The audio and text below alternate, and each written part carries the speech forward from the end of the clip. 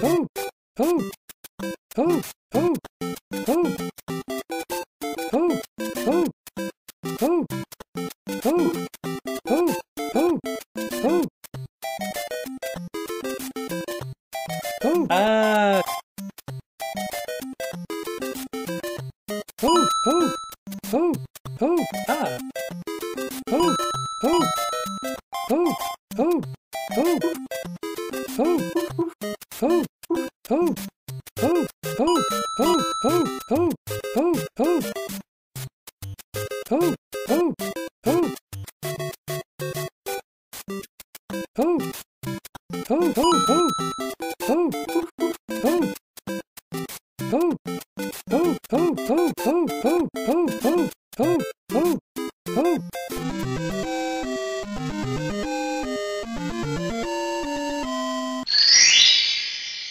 Bonjour.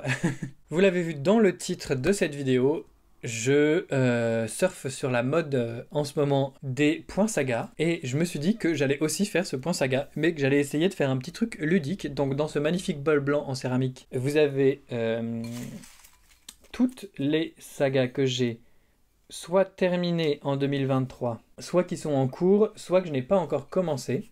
Donc ça va aussi être la vidéo... tous les tomes 1 qu'il y a dans ma palle, parce qu'il y en a un certain nombre, et il y a surtout, ça va surtout être ça, parce que je suis pas très bon pour commencer les sagas, et pour les continuer, je vais piocher un à un les petits bouts de papier, et puis je vous expliquerai dans quelle catégorie se range cette série, et je vous ferai peut-être un petit visuel à mettre à côté là de mon visage, pour que vous suiviez en temps réel où est-ce que nous en sommes. Ok. Donc ça, par exemple, c'est les lames du cardinal. J'aurais bien aimé, en fait, vous les mettre là. Mais ça demandait une organisation qui n'est pas mon fort. Donc, une autre fois pour une autre vidéo. Les lames du cardinal, c'est de la fantaisie. C'est par Pierre Pével, je crois. C'est vrai que j'ai pas noté les auteurs sur ces magnifiques bouts de papier. Bon travail! Je l'ai pas commencé. Je sais que ça parle de... c'est une sorte de roman de cap et d'épée, sauf qu'il y a des dragons. Et le cardinal, c'est le cardinal... Oh my god, les cours d'histoire. Le cardinal Richelieu, qui a donc une espèce d'équipe d'agents secrets, qui sont les lames du cardinal, et qui vont battre genre des dragons et tout. Dites-moi, hein, en fait, tout l'intérêt de cette vidéo va être aussi pour que vous me donniez vos avis en commentaire. Est-ce que ces séries valent le coup? Est-ce que il y en a que je dois prioriser plutôt que d'autres? Est-ce qu'il y en a où c'est vraiment vos coups de cœur et il faut que je vous les lise vraiment? C'est l'occasion pour vous d'orienter mes choix. Ensuite, nous avons les livres de la Terre fracturée. Le premier tome, c'est la 5e saison, je crois, de N.K. Jemisin, ça je m'en souviens. Pareil, pas commencé. Je vous dis, ça va être le thème de cette vidéo.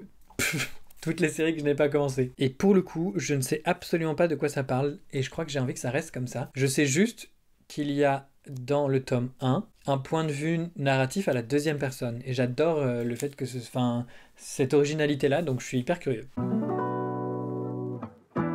Ensuite, on continue. Nous avons... Ah! Oh, incroyable, vous avez de la chance. Une des trilogies que j'ai terminées l'année dernière, et j'ai appris il y a 2 jours qu'en fait, ce n'est plus une trilogie, il y a un 4e tome qui sort, donc techniquement, elle est terminée, mais en fait, elle est en cours. C'est la trilogie du Rempart Sud. J'en ai parlé rapidement dans ma tier list 2023, mais j'aimerais bien faire une vidéo un peu dédiée à la trilogie. Donc si ça vous intéresse, n'hésitez pas à me le dire en commentaire. Ensuite, la trilogie des Poudres Mages, ça j'en ai entendu parler sur la chaîne de Lorraine des mots de l'imaginaire. Elle trouve ça incroyable, j'étais curieux, j'ai trouvé ça en occasion. Je crois que c'est de la fantaisie napoléonienne, avec toute une histoire de coup d'état, beaucoup d'intrigues politiques et tout, donc ça me parle beaucoup.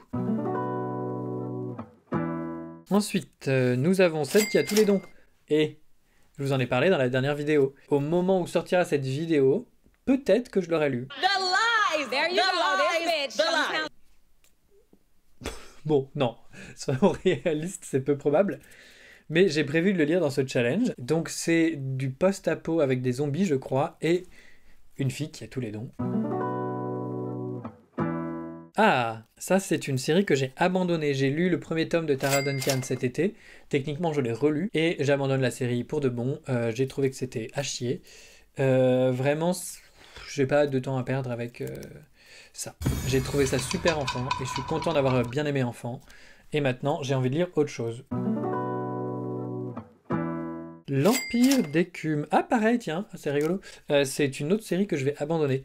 J'ai lu en 2023 le premier tome, qui est La jeune fille aux os, ou un truc comme ça. Donc c'est de la fantaisie un peu plus d'inspiration asiatique, où on suit une princesse et les problèmes qu'elle va rencontrer. On va suivre un...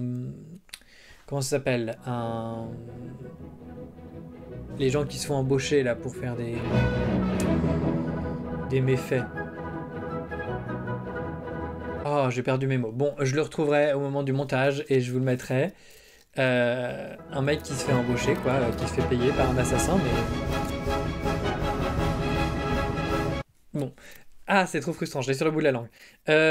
Et j'ai trouvé ça trop young adulte pour moi. En fait, je n'aimais pas du tout le monde. J'arrivais pas à croire que c'était un monde qui pouvait tenir sur ses deux pattes quand on arrêtait de regarder juste une scène spécifique. J'avais l'impression qu'en gros, c'était un monde où il vivait 4 personnes, les 4 personnes dont on entend parler, et derrière, il y avait rien. C'était pas un monde en vie, et moi, c'est ce que je recherche quand je lis de la fantasy.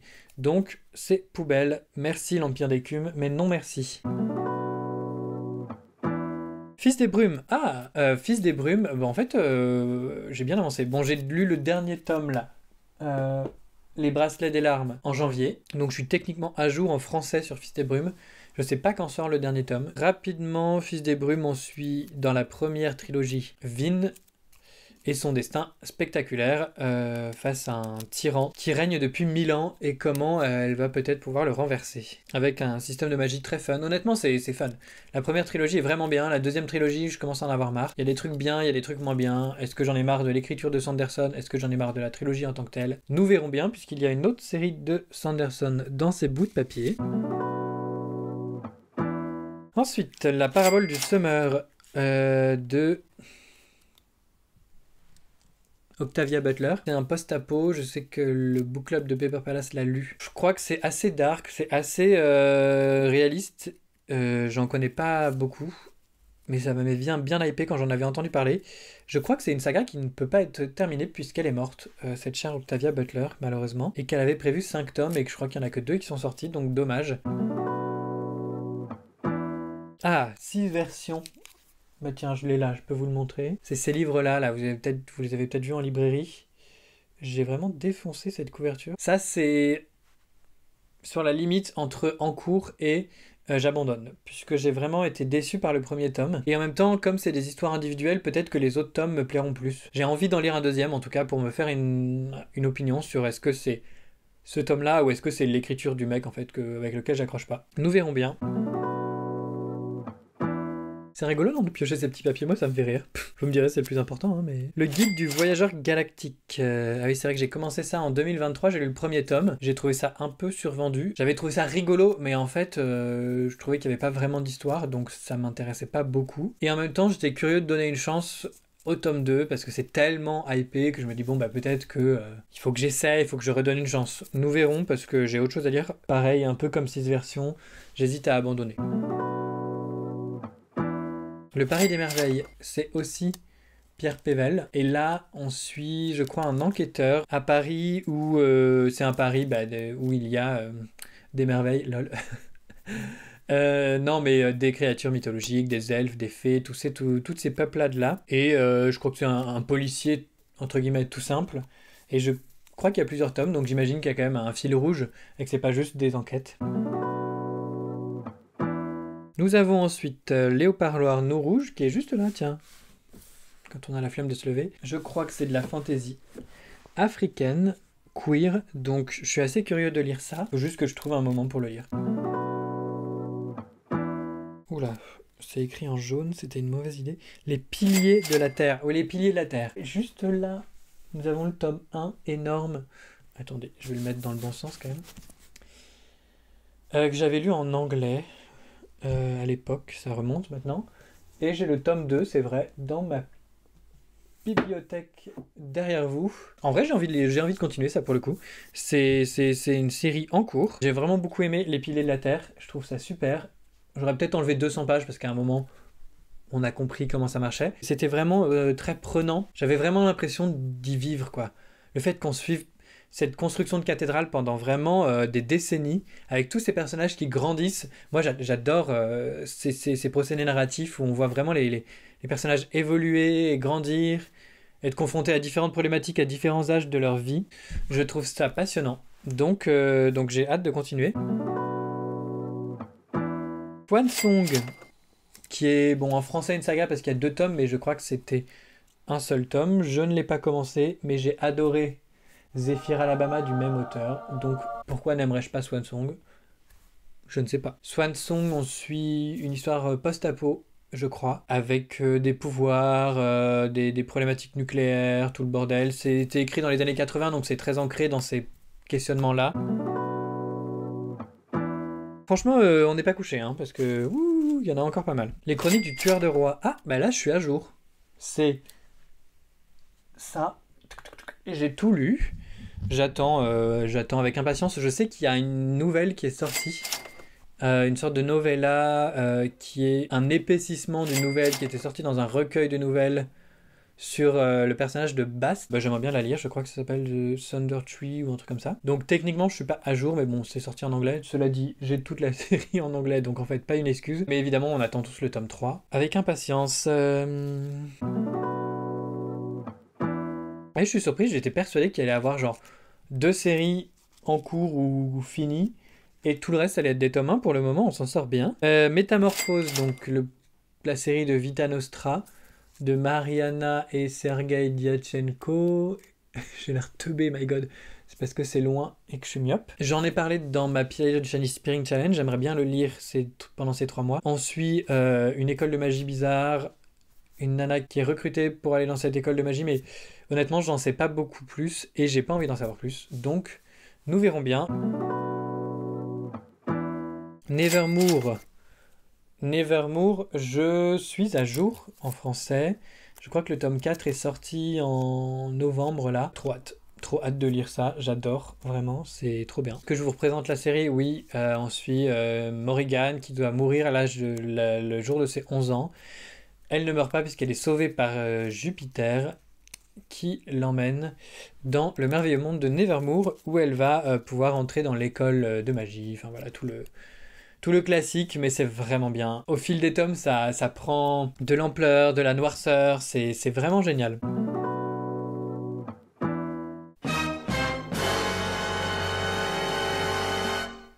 Je sais plus ce que c'est. Ah, si, c'est vrai. Ok, donc c'est A Marvelous Light, qui est une série. Je crois que c'est le premier tome d'une série de romances queer dans un monde victorien où il y a de la magie. Bah, c'était à chier, j'ai même pas fini le tome 1, donc au moins vous avez mon avis et ma réponse. Je ne continuerai pas cette série, tout simplement. Le bâtard de Cossigan, c'est l'auteur à qui je veux donner une 2e chance en août, je crois, avec le challenge Nick Tepper. C'est Fabien Cerruti et moi j'ai lu le premier tome qui est là-haut. Ça pour le coup c'est en cours et j'ai envie de continuer. On suit un espèce de James Bond chevalier au Moyen-Âge dans une espèce de réécriture où les elfes sont encore présents et genre ont une partie de la Flandre, etc. Avec toutes ces intrigues politiques comme d'habitude, entre l'Angleterre, la France et du coup le Royaume des Elfes. Et à côté de ça, on suit une autre histoire au 19e, je crois, où justement toutes les créatures mythologiques ont disparu. Pourquoi ça ? On ne sait pas. Je vous avoue, c'est intriguant, même si effectivement les personnages féminins sont à chier. Oupsie. La confrérie du sang bien sûr. C'est ça là que j'ai vraiment pas aimé. Mais je suis tellement rempli d'espoir que peut-être que le tome 2 sera bien. J'attends de voir un peu les avis quand il sortira en français. Je pense que ce n'est pas fait pour moi.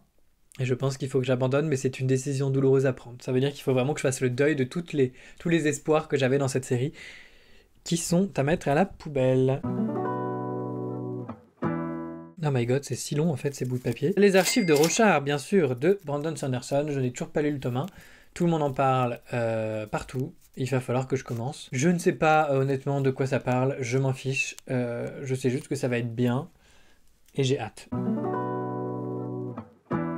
Oh, Beartown. C'est écrit par Fredrik Backman. J'avais adoré le tome 1. Je l'ai lu en 2022. C'était génial. Et depuis, je ne sais pas ce que j'attends pour lire la suite. C'est l'histoire d'une petite ville en Norvège, en Suède, en Finlande, l'un des 3 pays que je confonds systématiquement, qui est vraiment centré autour du sport du hockey. Et il se trouve qu'il y a une situation un peu dramatique qui se passe entre 2 habitants. Et en fait, on suit vraiment, limite, la majorité des habitants de la ville. On suit vraiment, je pense, 20 points de vue face à cette situation. Qui va défendre qui?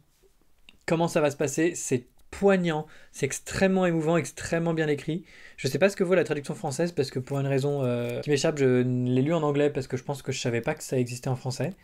Et c'était vraiment sublime. J'avais trouvé ça très fort comme livre. Vraiment poignant et très humain dans toutes les émotions qui sont décrites. Here's to Us, j'ai terminé Here's to Us en 2023, puisqu'il y a donc Here's to Us, c'est le tome 2, et What If It's Us? Oui, le tome 1. C'était mignon, c'était une petite romance queer, toute simple, pas prise de tête, ça casse pas du tout 3 pattes à un canard. Est-ce que je les relirai? Non. C'est mignon, et ça m'a suffi à ce moment-là. Voilà, donc une autre série terminée. Ensuite, Anne de Green Gables. J'ai le tome 1 encore dans son papier sulfurisé, c'est pas comme ça que ça s'appelle, mais dans son blister, je sais plus comment ça s'appelle. Dans le papier plastique qui l'entoure, je ne l'ai pas ouvert, je ne l'ai pas commencé, j'ai un petit peu peur parce que c'est vraiment très éloigné de ce que je lis d'habitude, mais tout le monde en parle comme étant tellement bien, et j'avoue que je suis aussi assez fan des couvertures qui sont magnifiques. Donc j'ai craqué pour le tome 1, on verra quand est-ce que je le lis. The Expanse. The Expanse, c'est une série de science-fiction et je ne sais pas de quoi ça parle puisque je n'ai pas encore commencé le tome 1, l'éveil du Léviathan, je crois. Ça a l'air trop bien et je sais plus du tout de quoi ça parle et en fait, j'ai pas besoin de savoir. Mais du coup, pour vous, c'est vraiment nul, donc j'espère que cette vidéo sera intéressante. On continue avec ces petits bouts de papier, la maison des jeux de Claire North. Ben, je continue ça pour le coup. J'ai lu le tome 1 avec le book club de Paper Palace en janvier là, et j'ai tout à fait prévu de continuer. Je cherche le tome 2 en occasion. Nous avons ensuite Terre-Mère, j'ai l'intégrale de Ursula K. Le Guin, qui ne demande qu'à être lue. Je crois qu'on suit une quête assez classique d'un jeune homme et comment il va devenir le plus puissant sorcier de Terre-Mère. J'ai trop hâte de le lire, mais en fait, tous mes livres me donnent envie, donc je suis paralysé par les choix. Ah, Le Sentier des Astres, en cours, et on continue. Let's go, je vais pas encore en parler une énième fois. La Dystanie... Bon, alors déjà, je ne sais plus lire. La dynastie d'Andelion de Ken Liu, avec la grâce des rois, c'est le premier tome. Ça me hype trop, mais ça me hype tellement que j'ai peur de le commencer. Donc, je ne sais pas de quoi ça parle. Je sais que c'est plutôt inspiré de l'Asie. Je crois que c'est du silk punk, où en gros toute l'industrie tourne autour de la soie. C'est tout ce que je sais. Il paraît que c'est ouf et j'ai trop envie de le lire. La Tour de Garde, écrit à 4 mains avec Claire Duvivier et Guillaume Chamanadjian. J'ai le tome 2 de Capitale du Sud qui m'attend là, il va être lu. Tout à fait, j'attends que le tome 2 de Capitale du Nord sorte en poche pour lire les deux à la suite. Ensuite, Ferrailleur des mers 2, oh my god, c'est un nom trop chelou. Je ne saurais pas vous le dire. Je crois que c'est un post-apo plus ou moins young adulte. Mon frère m'en a parlé comme étant incroyable. Il m'a d'ailleurs offert le tome 1. Eh bien, nous verrons. Je vous avoue, je sais pas du tout ce que ça vaut. Je ne sais pas de quoi ça parle. Je crois que c'est... on suit une bande de jeunes qui vont récupérer des morceaux de ferraille dans la mer. J'ai trop l'impression de sortir un truc incroyable alors que j'ai juste développé sur le titre. La nuit de feu de Eric Emmanuel Schmitt, c'est l'histoire de sa conversion, je crois, en 2 tomes. Il y a La nuit de feu et le défi de Jérusalem. J'ai lu ni l'un ni l'autre. Ah tiens, le défi de Jérusalem est juste là. Je suis intrigué. Je crois que Flowfly les a lus et qu'il a beaucoup aimé. L'Assassin, c'est fini pour moi. Je sais pas, le tome 1 m'a saoulé, ça a été survendu et en fait, je me suis un peu fait chier. Peut-être que je n'ai rien compris parce que je l'écoutais en anglais. Si vraiment ça vaut le coup de continuer, dites-le moi dans les commentaires, mais moi j'ai pas très envie. Quand je vois toutes les autres sagas là, que j'ai commencé, que j'ai envie de perdre du temps sur un tome 1 qui m'a déçu, je ne crois pas. La roue du temps que je suis censé commencer cette année, je ne vous explique pas ce que c'est parce qu'en fait je ne sais pas ce que c'est. Le cycle de Sif, pareil, mon frère m'en a parlé. Il m'a dit que c'était incroyable, il a tout lu cet été. Le tome 1 est dans ma pile à lire. En fait, c'est horrible cette vidéo parce que j'ai juste l'impression qu'il y a tellement de livres qui me donnent envie et que je n'ose pas lire parce que c'est des sagas. Ah oui, Premier de cordée. Un Premier de cordée, c'est une saga. Donc j'ai lu le tome 1 cet été. Voilà, le cycle de Chamonix, parce que je l'ai en BD là, juste là, attendez. Avec un dessin plutôt joli, je trouve.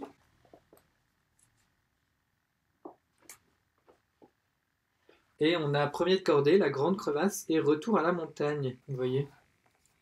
Et j'ai lu Premier de cordée. Est-ce que je lirai la suite? Pourquoi pas. Si je tombe dessus, c'est pas une urgence, mais peut-être que je lirai juste l'intégrale en BD. L'Assassin Royal, pareil que La Roue du Temps, je suis censé le commencer cet été. Je vous ne présente plus quand même ce que c'est. Imperium, ah oui, ça c'est un roman historique, une biographie romancée de Cicéron en 3 tomes. Et donc je crois que le Imperium c'est le premier, qui m'a été offert par un ami qui l'avait en double, donc il m'a filé le tome 1. En fait, je suis assez curieux parce que j'avoue que le personnage de Cicéron est un personnage qui m'intéresse pas mal. C'est pas du tout mon genre de prédilection, je ne vais jamais lire ce genre de livre, mais c'est pas pour autant que ça ne m'intéresse pas. Oh là! Tant que le café est encore chaud. Ah oui, c'est vrai. J'ai lu le tome 1 en 2022, c'était mignon. Et je m'arrête là parce que je n'entends que des avis négatifs sur la suite, et j'avoue que ça m'a suffi. Ça m'a suffi, j'étais touché par les petites histoires. Voilà. C'est l'histoire d'un café au Japon où, selon la légende, pendant qu'on commande un café, on peut voyager dans le temps jusqu'à ce que le café refroidisse. Et dès que le café est froid, on revient dans le monde réel. C'est mignon, on suit 4 petites histoires de 4 personnages qui entrent dans le café et comment ils sont aussi en interaction les uns avec les autres. Honnêtement, c'est une chouette lecture. Et vu les avis de la suite, je ne vais pas continuer. Chien du Home de Justine Liogret. Le tome 2 m'attend. Le tome 2 va être lu très prochainement. J'ai adoré le tome 1 où on suit Chien du Home, qui est une guerrière qui part à la recherche d'une hache, ou de son père, ou les deux, je ne sais plus exactement. C'était très sympa, très bien écrit et très court, donc ça se dit très simplement. Toujours avec une surprise au tournant. Je m'attendais jamais à ce qui allait arriver. Je pensais toujours qu'on allait aller dans une direction et pouf, complètement l'inverse. Ok, on est presque à la fin. Aristote et Dante. Donc c'est le tome 1, Aristote et Dante découvrent les secrets de l'univers, et il y a le tome 2, Aristote et Dante plongent dans les océans du monde, ou un truc comme ça. J'ai très envie de lire le tome 2, je l'ai pas pour le coup chez moi, mais dès que je le trouve, je le prends et je le lirai. Enfin ça fait partie des séries vraiment que j'ai envie de continuer pour le coup. La trilogie d'une nuit d'hiver, tout le monde en parle. De ce que j'ai compris, c'est plutôt d'inspiration slave. Et on suit une nana. C'est tout ce que je sais. Le personnage principal est une femme. Le tome 1, c'est l'ours et le rossignol. Donc j'imagine qu'il y a un ours et un rossignol. Voilà ce que j'ai à vous dire. Vraiment, ces présentations de sagas sont d'une qualité, c'est incroyable. Les mémoires de Lady Trent. Ah oui, ça j'ai vraiment envie de lire. C'est une histoire naturelle de dragon, le tome 1. Et on suit donc en fait Lady Trent qui raconte ses mémoires alors qu'elle était, je crois, du coup biologiste ou un bordel comme ça. Et elle part dans un monde un peu victorien steampunk à la recherche des dragons et elle va les étudier. Même pas mort de Jean-Philippe Jaworski. Je crois que c'est de la fantaisie d'inspiration celte où on suit quelqu'un qui va à la guerre et qui ne meurt pas. Et qui revient du coup, alors que les gens dans son royaume ont un peu profité de son absence pour prendre le pouvoir, parce que je crois que c'est une personne de noble naissance. Moi j'adore Jean-Philippe Jaworski, donc j'imagine que ce sera cool. Ça c'est une anecdote ridicule, parce que j'ai acheté le tome 3, et en fait il y avait 2 tomes avant, et je les avais pas lus, du coup je suis retourné penaud acheter les 2 premiers tomes d'avant, parce que ça ne sert à rien sinon. C'est le même jour où j'ai acheté le livre à Clara, le fameux Les Furtifs de Alain Damasio, et elle l'avait déjà dans son sac, donc c'était vraiment une journée d'échec. Wild, je crois qu'on suit un groupe de mercenaires, et c'est ça le mot que je cherchais tout à l'heure, my god. Un mercenaire, putain. On suit une bande de mercenaires qui est retraitée maintenant, et la fille de l'un d'entre eux se fait kidnapper, et du coup, ils décident de repartir en mission à l'ancienne. Je crois que c'est assez rigolo, c'est plutôt, voilà, un peu ça joue sur les poncifs, un peu de la fantaisie, et c'est une lecture un peu détente, un peu fun, donc pourquoi pas. Les bâtards gentilshommes, j'ai lu le tome 1 il y a très longtemps maintenant, il y a bien 4 ans, pendant le Covid, mais en anglais, et j'étais un peu perdu pour le coup. Je trouve que c'est pas le plus simple à lire en anglais. Par exemple, j'ai été beaucoup moins perdu dans Le Nom du Vent. Et du coup, j'ai le tome 2 qui m'attend, mais qui prend la poussière depuis vraiment, je pense, 3 ans. Et j'ose pas le lire parce que j'avais trouvé l'expérience de lecture en anglais trop dure. Donc je pense qu'en fait, il faut que je revende mes tomes en anglais, que j'achète tranquillement la série en français, ou que je la prenne à la bibliothèque. Mais j'aimerais bien continuer parce qu'apparemment, c'est top. Et j'avais quand même bien aimé le tome 1. Blackwater, bah, j'ai toujours pas lu, donc... Je vais pas vous faire l'affront de présenter Blackwater que tout le monde a lu en France à part moi apparemment. Je l'ai même offert à ma sœur qui du coup l'a lu et moi je l'ai toujours pas lu. Bah, j'ai le tome 1 et 2 qui m'attendent. Dans tous les cas cette année, mon objectif, après avoir acheté autant de livres, c'est de les lire. Donc cette année normalement, la pile à lire va descendre. Et certaines choses vont être lues. Ça a déjà bien avancé, hein. J'ai déjà quand même lu pas mal de livres. Et le dernier petit bout de papier, il s'agit de la première loi de Joe Abercrombie, qui est un peu mondialement connu apparemment pour ses séries de dark fantasy très intéressantes et très centrées autour de ses personnages. Évidemment que j'ai envie aussi de découvrir ça et je ne l'ai pas lu. Que voulez-vous? C'est le principe de ce petit point saga, de faire le point sur le fait que je n'ai vraiment pas lu grand-chose dans les livres que j'ai. Ok. Donc maintenant que j'ai fait mon travail, c'est à vous de faire le vôtre et de me dire en commentaire dans tout ça, là, aidez-moi à faire le tri parce qu'il y en a vraiment beaucoup. Qu'est-ce qu'il faut que je lise? Qu'est-ce qu'il faut que je commence? Qu'est-ce qui vaut pas le coup? Quelle série je peux attendre tranquillement que les tomes sortent? Je suis pas pressé. Donnez-moi vos avis. Si vous n'avez pas d'avis, merci quand même d'avoir regardé cette vidéo parce que je suis trop content qu'il y ait des gens qui regardent. En tout cas, merci d'avoir regardé cette vidéo. À très vite pour une prochaine vidéo. Et puis, bonne lecture en attendant. Bye!